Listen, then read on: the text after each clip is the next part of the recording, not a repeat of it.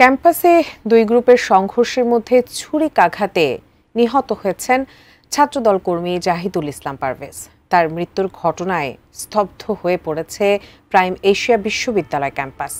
কিন্তু কি কারণে তাকে হত্যা করা হলো, আর কারাই বা এই হত্যাকাণ্ডের সঙ্গে জড়িত, এ নিয়ে পাল্টাপাল্টি দোষারোপ করছে দুই ছাত্র সংগঠন। শুধু তাই নয়, এই ঘটনায় ৮ জনের নাম উল্লেখ করে একটি হত্যা মামলাও দায়ের হয়েছে। এসআই রাজ জানাচ্ছেন বিস্তারিত। তুচ্ছ ঘটনাকে কেন্দ্র করে রাজধানীর বনানীর বেসরকারি প্রাইম এশিয়া বিশ্ববিদ্যালয়ের ক্যাম্পাসে ছুরিকাঘাতে নিহত হয়েছেন জাহিদুল ইসলাম পারভেজ নামের এক শিক্ষার্থী, যিনি ওই বিশ্ববিদ্যালয়ের টেক্সটাইল ইঞ্জিনিয়ারিং বিভাগের ২২৩ ব্যাচের ছাত্র। ছাত্রদলের রাজনীতির সঙ্গেও যুক্ত ছিলেন পারভেজ। এ ঘটনায় বৈষম্য বিরোধী ছাত্র আন্দোলনের ২ সদস্যকে দায়ী করেছে ছাত্রদল। সেই সাথে পারভেজ হত্যাকাণ্ড পূর্ব পরিকল্পিত বলে মন্তব্য করেছেন কেন্দ্রীয় ছাত্রদলের সভাপতি মোহাম্মদ রাকিবুল ইসলাম রাকিব। এর সাথে জড়িতদের বিচার দাবি করেছেন তিনি। পারভেজের উপর পরিকল্পিত হামলা চালায়।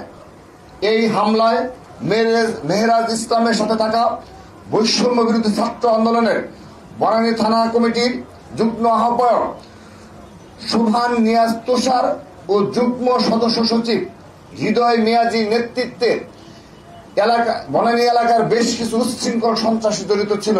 কাঠ ও পিভিসি ম্যাটেরিয়ালের সংমিশ্রণে তৈরি আধুনিক আরএফএল উডিডো, কাঠের চেয়েও কঠোর। এদিকে এই অভিযোগ অস্বীকার করে নিন্দা জানিয়েছে বৈষম্য বিরোধী ছাত্র আন্দোলনও। রোববার ভোরে প্ল্যাটফর্মটির ভেরিফাইড ফেসবুক পেজে এ সংক্রান্ত একটি পোস্ট করা হয়। সেখানে বলা হয়, পারভেজ হত্যায় বৈষম্য বিরোধী ছাত্র আন্দোলনের বনানী শাখার যুগ্ম আহ্বায়ক সোবাহান নিয়াজ তুষার ও যুগ্ম সদস্য সচিব হৃদয় মিরাজকে দায়ী করেছে ছাত্রদল। তারা এ হত্যার সাথে কোনোভাবেই জড়িত নন। ঘটনাস্থলের সিসিটিভি ফুটেজেও তাদের কোনো উপস্থিতি ও হত্যার সাথে সংশ্লিষ্টতা দেখা যায়নি। বিষয়টি গোয়েন্দা বাহিনীকে খতিয়ে দেখার অনুরোধ জানিয়েছে তারা। সেই সাথে পারভেজ হত্যার বিচারও দাবি করেছে তারা। অন্যদিকে এ ঘটনায় রোববার নিহত পারভেজের ভাই হুমায়ুন কবির বাদী হয়ে ৮ জনের নাম উল্লেখ করে একটি মামলা করেছেন। মামলার বিষয়টি নিশ্চিত করেছেন বনানী থানার অফিসার ইনচার্জ মোহাম্মদ রাসেল সারোয়ার। এ ঘটনায় নিহত জাহিদুলের ভাই হুমায়ুন কবির বাদী হয়ে একটি মামলা করেছেন। মামলায় বিশ্ববিদ্যালয়ের এলএলবি ও ইংরেজি বিভাগের ৩ ছাত্র মাহাথি, মেহরাব ও আবুজার গিফারি ছাড়াও আরও ৫ জনকে আসামি করা হয়েছে। এছাড়া ওই তালিকায় অজ্ঞাত আরও ২০ থেকে ৩০ জনকে আসামি করা হয়েছে। প্রত্যক্ষদর্শীদের বরাতে জানা যায়, শনিবার বিকেলে পাশের ইউনিভার্সিটি অব স্কলার্সের ২ ছাত্রীকে নিয়ে হাসাহাসির জেরে প্রাইম এশিয়ার ইংরেজি বিভাগের শিক্ষার্থীর সাথে পারভেজের বাকবিতণ্ডা হয়। পরবর্তীতে ২ পক্ষের মধ্যে মীমাংসা করা হয় বলে জানায় বিশ্ববিদ্যালয় কর্তৃপক্ষ।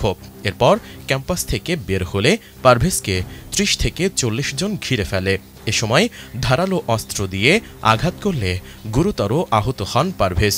পরে উদ্ধার করে কুর্মিটোলা জেনারেল হাসপাতালে নিয়ে গেলে কর্তব্যরত চিকিৎসক তাকে মৃত ঘোষণা করেন।